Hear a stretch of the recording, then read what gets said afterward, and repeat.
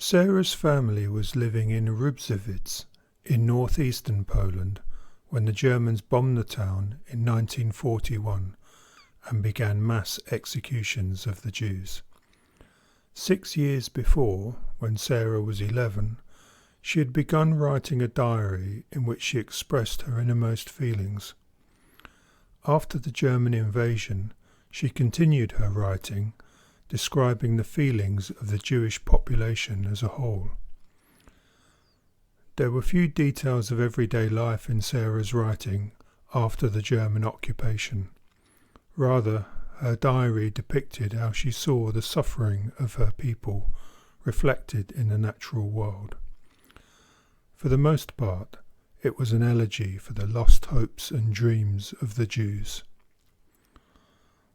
When Sarah was 18, her family was torn apart. The Nazis buried her youngest brother and sister alive in a pit, along with most of the young children of their village. Her father and younger brother Jakob were deported to a different death camp from Camp Dvorz, where she, her mother, and her aunt Rachel were sent. When Sarah was deported, she had to leave her precious diary behind in Rybzowice. Sarah's mother died due to the inhuman conditions in Camp Dvorz.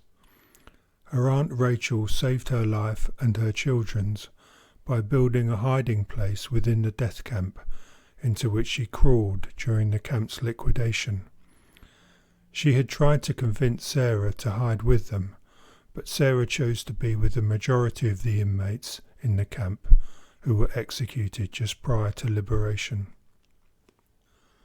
Sarah's younger brother Jakob survived the death camp to which he had been sent, and many years later he found his only surviving relative, Aunt Rachel, living in Germany and in possession of Sarah's diary. After she escaped from Camp Dvorz, she had joined a partisan unit, and eventually she returned to the family's hometown of Rybzowice. Although there was very little left of the town or the family's home, she found Sarah's diary in the rubble and took it with her to Germany. When Jakob was reunited with his Aunt Rachel, she entrusted his sister's diary to him. Jakob has treasured and preserved Sarah's diary for almost 50 years. In keeping with a request that she made in her diary that it should be published when the people of the world were most in danger of denying and forgetting the annihilation of the Jews, Jakob had not accepted previous offers to publish Sarah's work. He had the diary translated into English some years back, and then waited for the time when the younger generations seemed not to know the meaning of the Holocaust. Now, thanks to Jakob and his diligence in following his sister's wishes, a portion of Sarah's diary finally appears in print to remind us all of the unimaginable horror of the Holocaust. Sunday, 22nd of June, 1941. Today the war between the Russians and the Germans began. Monday, 23rd of June, 1941. The moment has now arrived to make a person look for a way to save his own life, to hide from the bombs which may be coming in the very near future. Many leave their homes. They ride off without a destination. One looks the end of life squarely in the eye. The bullet could hit soon. Still, the desire to spite fate and go on living is very strong.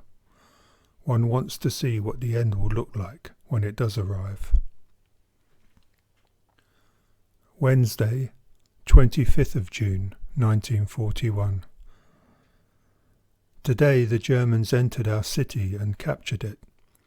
A short time passed quietly, then suddenly a German aircraft came rushing in and commenced the bombardment of the city.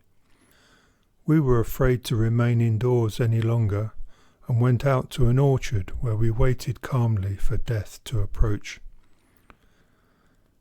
It is terrible when the bullets are flying about overhead, and it seems that at any moment one of them will strike and put an end to our young lives. Shortly after the bombing and strafing of the city begin, we suddenly notice a large army of Germans approaching us on the road we are travelling. All thoughts of staying alive become shrouded in great sadness.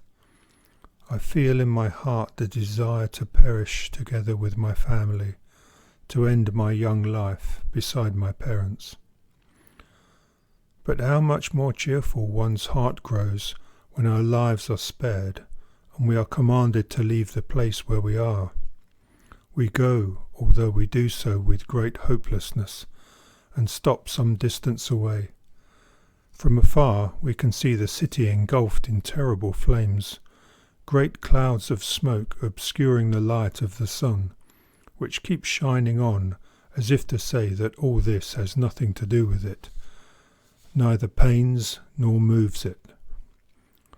Human labour and sweat are being consumed in the flames.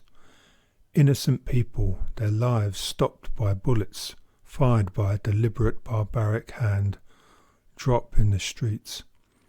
It is so painful to watch. The same kind of end awaits everyone.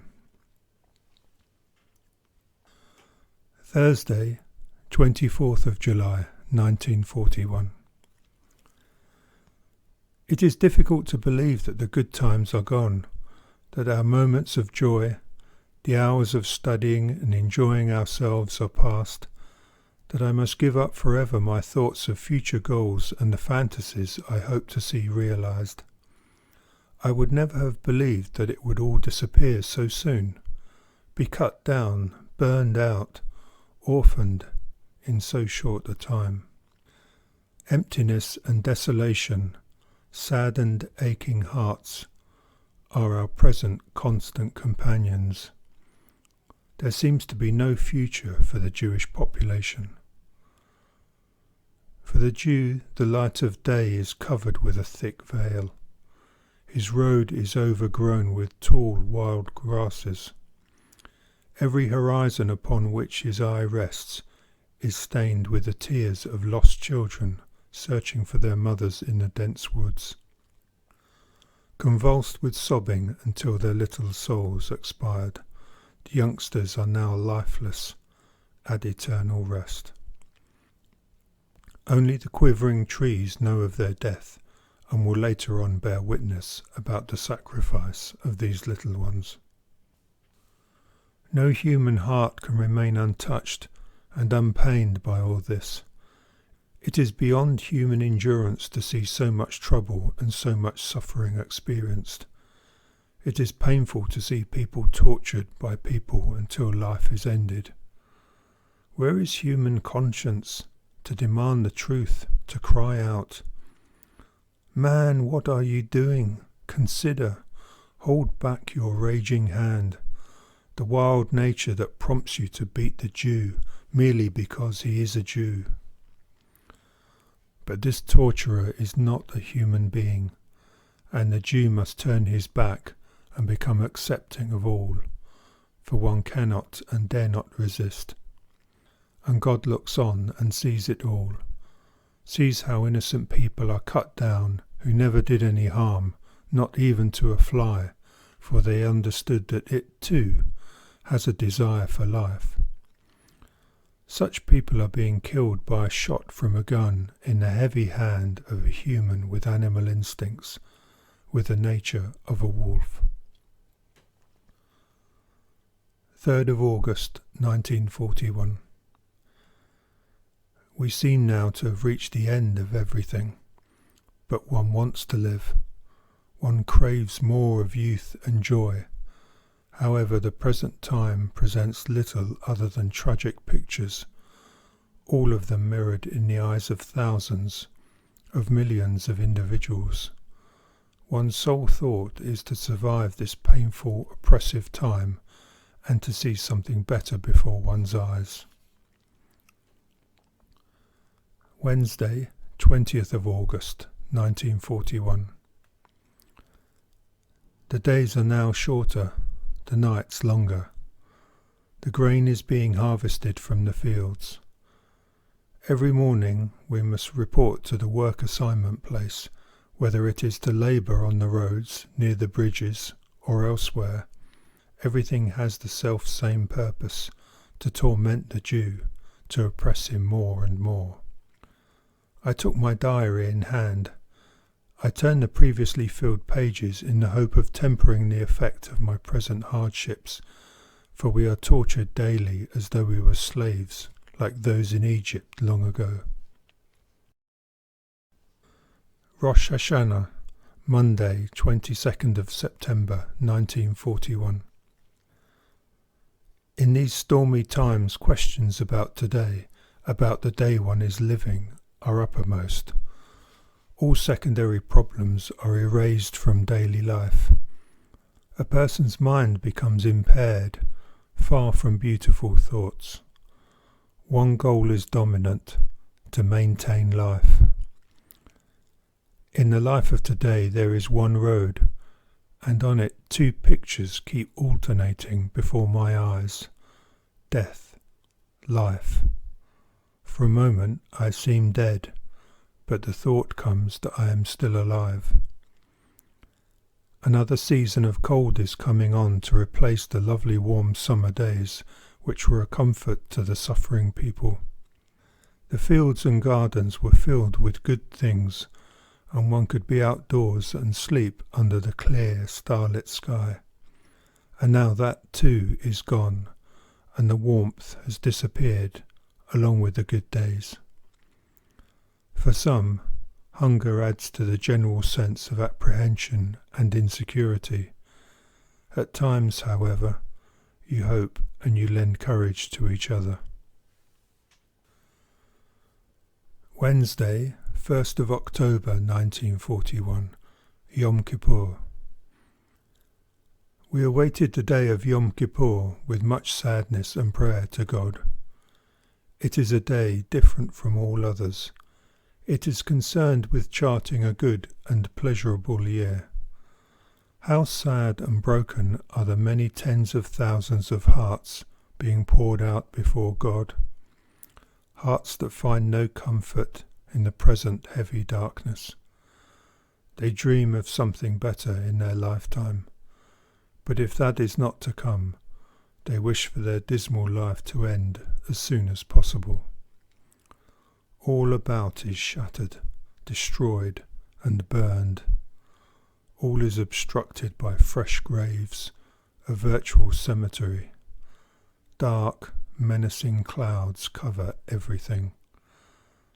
The entire surroundings are weeping and crying out. Sunday, 26th of October, 1941. It is difficult to be alive and to survive in these dark, oppressive times. As one listens to the accounts of the wild, barbaric deeds of those man-eating Hitlerites in the city of Koidanov, not far from us, one shudders and is pervaded by deathly fear. With what deep sighs we hear the accounts of the kind of death man suffers at the hands of men. On a lovely morning, as the sun was just beginning to rise, a death-presaging black cloud suddenly appeared. When all the Jews of the city had been gathered together, when the long graves had been dug and prepared and stood open before the eyes of the mothers, fathers, and little children, they looked at them wide-eyed, not knowing what was about to happen in the ensuing moments. Then were heard pain-filled sobs and farewells to one's children. Some sought ways to hide. From the hiding places too they were led to the slaughter. The thousands of people who fell are now at rest. The long graves have been closed again, but the earth will not rest. One can see it heave as if to say, dig away the covering and let out these people who have just fallen, whose blood will not be still and finds no peace in the earth. It is difficult to listen to these accounts of tragic actual events. Our own end could be the same on any coming day. May the one God preserve us from such harm, and may he bring death to the attackers who quell their wild feelings with the blood of thousands of human beings.